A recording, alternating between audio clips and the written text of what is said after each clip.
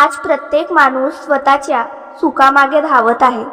प्रत्येकाला स्वतःचा आनंद हवा आहे. पण एक प्रश्न स्वतःला विचारा, दुसऱ्याच्या चेहऱ्यावर हसू आणून तुम्ही शेवटचं कधी आनंद घेतला होता? बाबा झुंदेव यांच्या मार्गदर्शनातून एक सुंदर संदेश मिळतो.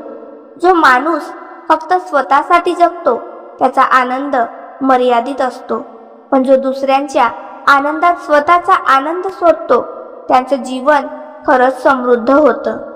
आपण आयुष्यात खूप काही कमावतो, पैसा, घर, मान, सन्मान, पण जर आपल्या आसपासच्या माणसांच्या चेहऱ्यावर आपल्या वागण्यामुळे हसू उमटलं नाही तर त्या यशाचा काय उपयोग? खरी श्रीमंती पैशात नसते, ती मनात असते. आज एखाद्या दुःखी माणसाला धीर द्या, एखाद्या गरजूला मदतीचा हात द्या, एखाद्या निराश व्यक्तीला 2 प्रेमाने शब्द बोला.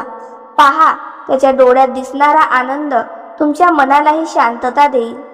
जीवनात आपण कायम घेण्याचाच विचार करतो, पण देण्यात जो आनंद आहे तो घेण्यात कधीच नसतो. एक चांगला शब्द, एक प्रामाणिक मदत, एक प्रेमळ हास्य हे कोणाचं आयुष्य बदलू शकतं. बाबा झुंदेव यांच्या विचारांतून आपल्याला हेच शिकायला मिळतं की माणूस म्हणून जन्म मिळाला आहे तर माणुसकी जपणं हीच सर्वात मोठी जबाबदारी आहे. कोणाचं मन दुखावू नका, कोणाचा अपमान करू नका. शक्य असेल तिथे मदत करा, कारण आज तुम्ही दिलेला आधार उद्या कोणाच्या जीवनाचा प्रकाश ठरू शकतो. जीवन खूप छोटं आहे. राग, द्वेष आणि अहंकार यामध्ये ते वाया घालवू नका. प्रेम, सेवा आणि चांगल्या विचारांनी ते सुंदर बनवा. लक्षात ठेवा, तुमच्या जाण्यानंतर लोक तुमच्याकडे किती पैसा होता हे लक्षात ठेवणार नाहीत, पण तुम्ही किती माणुसकीने जगलात हे नक्की लक्षात ठेवतील.